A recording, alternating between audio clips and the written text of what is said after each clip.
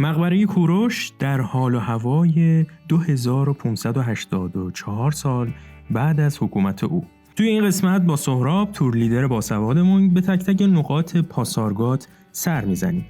کاخ بار عام، کاخ انسان بالدار، کعبه‌ای که شاید آرامگاه کمبوجیه باشه و در نهایت آرامگاه کوروش بزرگ. سهراب تاریخچه هر کدوم رو بهمون کامل توضیح میده و از منش پادشاه بزرگ تاریخ کشورمون کوروش میگه. پس توی این ویدیوی با عظمت همراهمون باشید.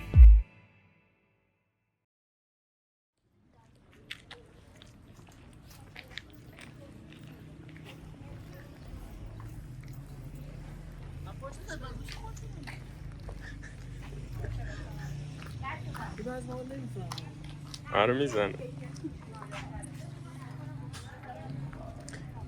میگن گاو جلوش باین است و اسب و الاغ پشت سرش.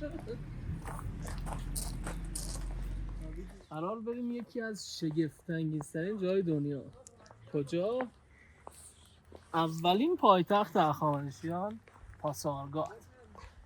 پاسارگاد اصلا یه مقبره کوچیک نیست که بگی خب مقبره کوروش اینجاست. نه، پاسارگاد یه مجموعه خیلی بزرگ از کاخهای خیلی زیادیه که حالا امروز همه رو میبینیم. اما چیزی که جلوتون هست، جلو رو بگیر. اما چیزی که جلوتون هست یکی از شگفت‌انگیزترین جاهایی که من به عنوان لیدر وقتی دارم تورشو برگزار میکنم مفتخرم به این که دارم کوروشو معرفی میکنم. فوق‌العاده است. از اینجا اومدن تحصیلگارایی که ریختن رو جمع میکنن تا پاکیزه باشه اینجا.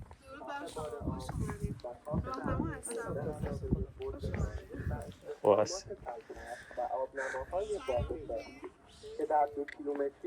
امروز روز جمعه است که ما اومدیم اینجا و انتظار داشتم خیلی شلوغ‌تر باشه اما خلوت. اگه بخوام تا تهش بریم یه بلیط باید بگیریم سوار اتوبوس‌ها یا کاروانا بشیم. میخوای اول اینجا اول اینجا رو بگیم. من دارم یه دونه بلیط برام.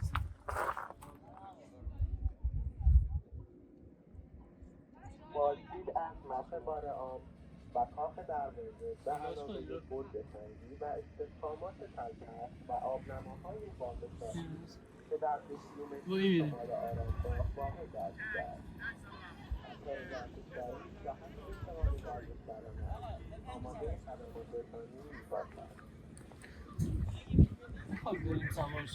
آره بریم بعد بیایم. توضیحاتمون از مقبره میمونه برای میانه ویدیو. میریم اول یه با قطاری که اینجا شبه قطاری که گذاشتن اینجا گشتی میزنیم، اطلاعات در مورد مجموعه پاسارگاد میگیریم. من خودم به شخصی اطلاعات کمی دارم از مقبره یا آرامگاه کوروش، ولی از مجموعه پاسارگاد نه. بریم اطلاعات بگیریم. خب دیگه وقتشه بریم کاخ‌ها رو ببینیم. اولین کاخ اختصاصی کوروش. کاخ اختصاصی کوروش بزرگ، چیزی که ازش پیداست اصلا سبک معماری فرق می‌کرده نسبت به تخت جمشید. تخت جمشید که میریم معمارهای سراسر امپراتوری میان برای شکوه و برای گرامیداشت نوروز میان تخت جمشید رو درست. اما قبل از اینکه تخت جمشید ساخته بشه پاسارگاد خیلی ساده‌تر درست شد، اما نه اونقدر ساده که بگیم در شأن امپراتور یا شاهان کوروش نیست. بریم جلوتر راجعش توضیحات کامل. آره منم یادآوری بکنم که اینجا قبل از تخت جمشید ساخته میشه یه و نکته خیلی جالب، خیلی فکر می‌کنن تخت جمشید هم کوروش ساخته. نه. تخت جمشید داریوش میسازه، اما پاسارگاد اولین پایتخت هخامنشی. اولین پایتخت از 4 یا 5 پایتخت اصلی هخامنشی: پاسارگاد، بابل، حکمتانه، شوش و تخت جمشید. بخوایم بگیم چه تفاوتایی داشته اینجا و اونجا چی میشه چیزی گفت؟ نگاه کنیم پاسارگاد انگار میشه پایتخت آیینی بعد از کوروش. یعنی هر کدوم از پادشاهان می‌خواستن تاج‌گذاری کنن میومدن پاسارگاد. و نکته خیلی جالب، ما توی کل امپراتوری چرا چون امپراتوری اینقدر بزرگ هست که باید پایتخت‌های مختلفی داشته باشه از این لحاظ. دوم توی آب و هواهای مختلف ما پایتخت‌های مختلفی داریم. سردسیر و بله، گرم. حکمتانه رو داریم، بابل رو داریم، شوش رو داریم و پاسارگاد رو داریم و تخت جمشید. جلو رو که نگاه بکنیم ببینین ستون‌ها همه توی ارتفاع هست. نکته جالبی که بخوایم بهش برسیم اینه که سقف تقریبا همینه، یعنی ستون‌ها زیاد خرد نشدن این تخت جمشید تخریب بشن. اما تقریبا ارتفاع ستون‌ها توی سطح و کاخ اینقدر جالب بوده و اینجایی که داریم ما می‌بینیم ورودیشه دیگه. نگاه کنید درگاه‌ها، اون برو نگاه کن، یه ستون بزرگ داریم می‌بینیم، یعنی درگاه تقریبا از اینجا شروع میشه و اون برای که داریم میریم به این سمت که داریم میریم ستون‌ها رو داریم و پای ستون‌ها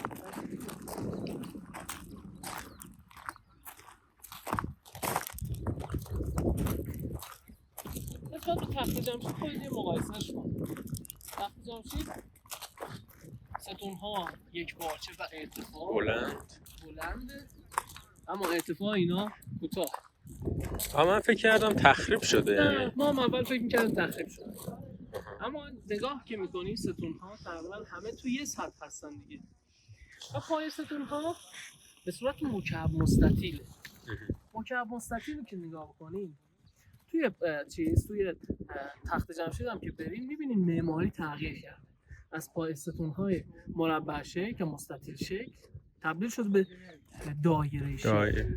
یعنی اون زاویه‌های خیلی تیزی که اینجا داره تخت جمشید نداره. توی آپادانا شاید ببینید، ولی بعد از آپادانا یعنی کاخ‌های دیگه که ساخته میشه مخصوصا توی صد ستون شما می‌بینید که همه اینها دایره شکل.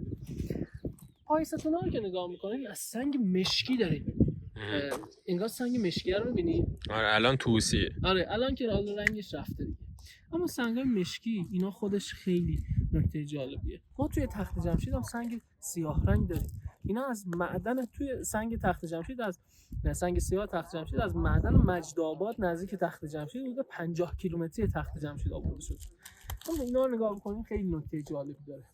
کاخی که داریم می‌بینیم دور تا دوری که بوده یه کاخ اختصاصی برای خود کوروش ساخته. باز اگر به تخت جمشید یه چیز دیگه داشته باشین، یه نگاه دیگه داشته باشین، می‌بینین کاخ‌های اختصاصی اونقدر بزرگ نیستن. کاخ تچر، کاخ هدیش، خشایار. آره کاخ تچر و هدیش، کاخ تچر که مخصوص داریوشه، کاخ هدیش مخصوص خشایارشاه. این کاخ اختصاصی‌ها زیاد بزرگ نیستن. پس اینم باید در همون حد باشه. بریم اون سمت. بقیه کاخ هم ببینیم.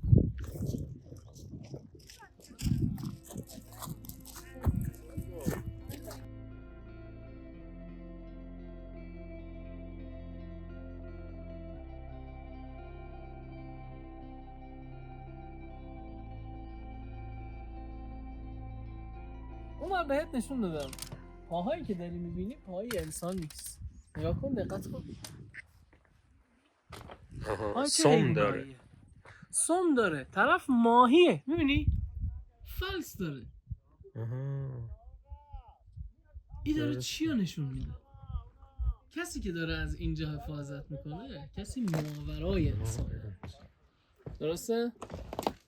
ماورای انسان بودن یعنی قدرت‌های ماورای انسان داشتن.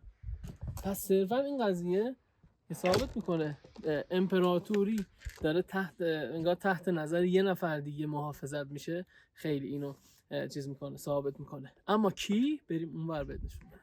اینکه اینجا هم بار عام هست، مردم عادی میومدن این خورده دوست داشتن اونایی که حالا شاید نه، انگار فرماندارها مردم عادی شاید هیچ وقت چیزو نمیدیدن، شاهو نمیدیدن. اما این که میگه کوروش شبیه پدر بوده، این مصداق داره که شاید مردم هم میتونستن بیان شاهو ببینن.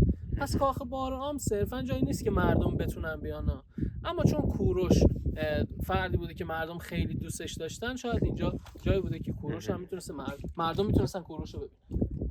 درست. ما بیشتر توی تخت جمشید اگر سربازی ببینیم عادیه قیافش. آره ولی توی تخت جمشید مردم عادی نمیتونستن بیان. توی تخت جمشید اصلا یه پایتختیه فقط برای جشن گرفتن نوروز و جشنای دیگه. آره ساتراپایی که دارن هدیه میارن برای شاه میتونن مثلا بیان توی چیز خودشون فرمانده یه ناحیه هست. مثلا فرماندار یه حکومتیه یا مثلا ساتراپ مثلا ایلامه یا ساتراپ مثلا مادها هست اینجوریه. یعنی هر کسی نمیتونست بیاد شاه. پس این باعث افتخار که الان ما میتونیم راحت 100% نگاه بکن ما تا کجا اومدیم تا کنار اتاقا و کوروش اومدیم. اما اینجا کاخ انسان بالدار. کاخ انسان بالدار جاییه که کسی که اینجا دارین میبینین خیلی‌ها فکر میکنن کوروش بزرگ دارن، اما جدا از این که خیلی‌ها فکر میکنن کوروش بزرگه، به خود نقش نگاه کنید. اگر زوم کنی تاج شکل تاج‌های مصریه، اگر دقت کنی بال شبیه بال‌های آشوریه، ردا ایلامیه. نگاه کن از کل امپراتوری داره فرهنگا رو با هم ترکیب میکنه و یه ابر انسان میسازه که داره از امپراتوری محافظت میکنه. اون موقع فقط پارس نبوده، مجموعی از ملل‌های همه فرهنگا با هم ترکیب شدن و یه نماد ساختن به اسم نماد انسان بالدار و این نماد انسان بالدار یا خود انسان بالدار باعث می‌شده که از کل امپراتوری یه مافوق نیرو حفاظت کنه. اون کیه؟ انسان بالدار. این خیلی نکته جالبه. اما ورودی مجموعه اصلا از اون سمتی که ما اومدیم نبوده. ورودی مجموعه از این سمت. انگار ورودی انگار مثلا این کاخ همه ملت ها هست توی تخت جمشید از اونجا وارد می شدن. ورودی پاسارگاد از اینجا. این خیلی نکته. آها یعنی اون سمتی که خیلی هم دور بود ما با ماشین تقریبا اومدیم این سمت نبوده. نه ورودی این بود. این خیلی نکته باحالیه. انگار کن اینجا وسط مجموعه است. درسته؟ اون که داریم مقبره کوروش داریم می‌بینیم که از اینجا پیدا نیست. خیلی دور شدیم. آره خیلی دور شدیم. و اون برم که تله تخت رو داریم می‌بینیم، یعنی این مجموعه خیلی بزرگ ورودیش اینجا. یه توضیح هم در مورد تله تخت میشه بدید؟ خب بنایی که داریم می‌بینیم خیلی شبیه به کعبه زرتشت. کعبه زرتشت تو نقشه رستم توضیح میدم بهتون. اما چیزی که الان داریم می‌بینیم این سندیت نداره که صرفاً کعبه زرتشت باشه، عین کعبه زرتشت ها. اینجا حتی به آرامگاه کمبوجی هم معروفه. ما هنوز اطلاعات کاملی راجع به اینجا نداریم. اما چیزی که حالا خیلی جالب میکنه اینجا قبل از کعبه زرتشت ساخته شده و پله داشته. اگر دقت کنیم 29 تا پله داشته و میرسیده به داخل و الان که داریم میبینیم با میله ها مهار شده که تخریب نشه. باد خرابش باد نکنه. هست، فرسایش سنگ هست، خیلی اتفاقات مختلف. دورش هم میشه ببینیم الان. آره. یعنی تقریبا مثل کعبه مکعب بوده. آره.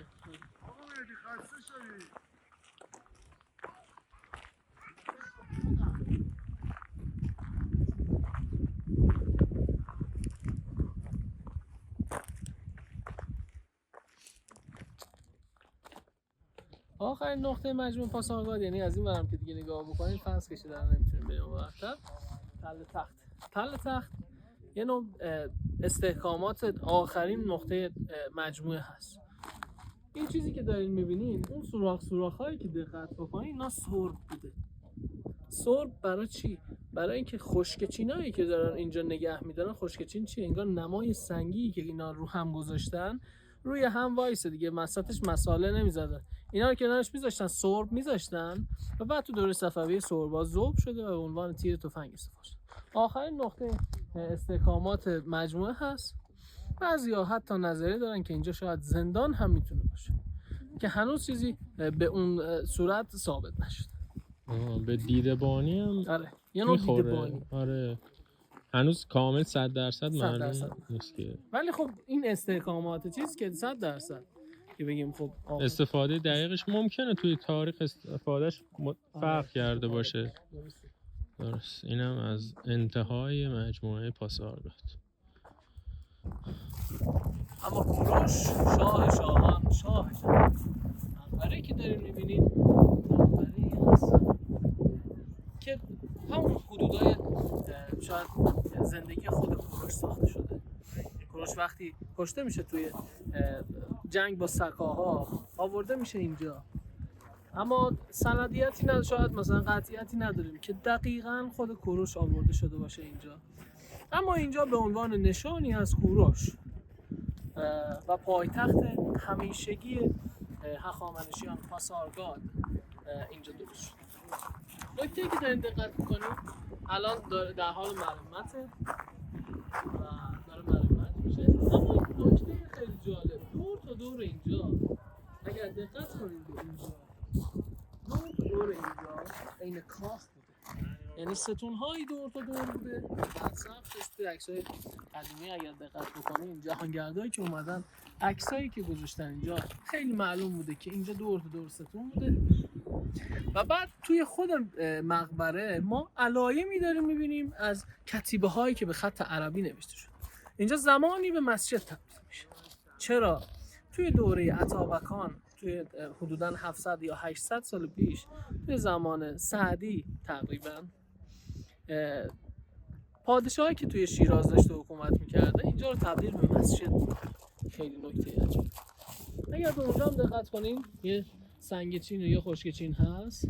سنگ هایی که از این کاخ یعنی دور تا دور مقبره کوروش و کاخ های دیگه آورده شده و کاروانسرای دوره مظفریان و دوره حافظ حدوداً 700 سال پیش اینجا درست شده و بعد سنگ ها خیلی هاش برگردونده میشه به کاخ های دیگه. اما چیزی که داریم می‌بینید از اون دوره است. اما مجدد بخوام راجع به کوروش صحبت کنم، کوروش شاهیه که توی دوره‌ای داره زندگی میکنه که هر حکومتی به حکومت دیگه حمله میکنه، معابد رو آتیش میزنه، مردم رو میکشه، خیلی از زمین‌های کشاورزی رو نمک میزنن، آتیش میزنن، زنها رو اسیر میکنن، بچه‌ها رو اسیر میکنن. اما کوروش وقتی حمله میکنه به کشورهای مختلف، مخصوصا وقتی داره بابل رو میگیره، جوری هست که معابد رو محترمش میکنه، اسیران رو همه رو آزاد میکنه، به خدا به زبان خدای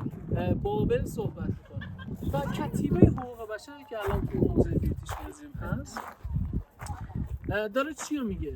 داره اعلام میکنه که میگه منم کوروش شاه شاهان شاه جهان و داره توضیح میده راجع به فتوحاتش و خودش رو داره معرفی میکنه. اما یه نکته دیگه وقتی موبدای بابلی دارن راجع به کوروش صحبت میکنن توی همون کتیبه میگه کوروش از سمت خدای ما برای نجات ما اومد. یعنی چی؟ یعنی کوروش حتی نیومده حتی خدای اونا رو مثلا زیر سوال ببره، معبداشون رو خراب کنه، موبداشون میگن خدای ما کوروش رو به سمت ما فرستاد. یهودیایی که اسیر شده بودن توسط پادشاه بابل آزاد میشن. حتی عرضم به حضورتون وقتی میخوان برگردن سمت اورشلیم براشون معبد سلیمانشون دوباره میسازه. پس کوروش نه تنها برای مردم خودش حتی برای دشمنان خودش هم احترام قائل. سوالی داشتیم؟ خیلی از پادشاه‌ها یا کسایی که میرفتن یه دین به خصوصی داشتن یا مثلا به زور دقیقاً میگفتن ایمان بیارید یا میکشتن. مثال برات بزنم، وقتی آشوربانیپال داره حمله میکنه به چوغازنبیل و ایلامیان رو داره اصلا کلا از بین میبره، وقتی به چوغازنبیل میرسه چوغازنبیل رو آتیش میزنه، اصلا میترکونه، زمینا رو خوش میکنه، معابد آتیش میزنه، اسیر برمیداره میاد. حالا همه اینا رو در نظر بگیر، کوروش میاد میشه پادشاه ایران، میشه پادشاه کل امپراتوری بزرگ. آره ببین تقابل دو تا پادشاه چجوری میتونه باشه. آشوربانیپال گفتید، من یک کتیبه خوندم ازش، گفت من اینجا رو انقدر نابود میکنم تا سالهای سال نه آواز موسیقی بلند بشه نه کشاورزی بشه. انقدر خودش گفته من بیرحمانه این شهر و این حکومت رو نابود کردم، ولی کوروش میبینیم که اینجوری نبود. حالا همه اینا رو من دارم توضیح میدم که اطلاعات مردم بره بالاتر. نگاه کنید خیلیا علاقه دارن به کوروش، خیلیا میان اینجا عکس میگیرن میذارن پروفایلشون میذارن تو پیجاشون، اما اطلاعات خیلی زیادی راجع به کوروش ندارن. اگر مردم دوست دارن راجع به هخامنشیان اطلاع کسب کنن پس باید کامل بخوننش، نه که صرفا بیان یه عکس بگیرن و برن. همین این خیلی نکته بدیه. صبح داشتیم میومدیم بهت گفتم نگاه کن چقدر خلوته. این فقط به خاطر اینکه غریب افتاده و مردم شاید دوست ندارن راجع به تاریخشون اطلاع پیدا کنن. تاریخ همیشه در حال تکراره. یعنی من به عنوان راهنما هر جایی دارم میرم به مردم اینو توضیح میدم که همه این اطلاعاتی که ما داریم در اختیار مردم میذاریم اینه که یه جرقه بزنه که مردم تاریخ بخونن، مردم اطلاعاتی راجع به کشورشون پیدا کنن، نه که همینجور زندگی کنن و بگن خب ما هخامنشیان دوست داریم یا هر دین دیگه یا هر حکومت دیگه دوست داریم. خیلی ممنون از سهراب خان عزیز. پیجشون رو میتونید دنبال بکنید. من آدرس پیج رو براتون میذارم که هم عاشق طبیعت هست و هم عاشق فرهنگ و تاریخ. حتما توی پیجشون برید و صدام بره. حتما توی پیجشون برید و داشته باشید پیج سهراب خانو و اگه دوست داشتید دوست داشتید حتما دنبالشون کنید. من مخلصم، خیلی ارادت دارم محمد جان. ایشالله ویدیوهای بعدی، ایشالله جاهای بعدی، اطلاعات بعدی. آره ما با هم هرمز رفتیم، بیشاپور رفتیم. حتما ویدیوهاشو میتونید توی پلیلیست آل ایران یا ایرانگردی ببینید. انشالله. مخلصی. ارادت.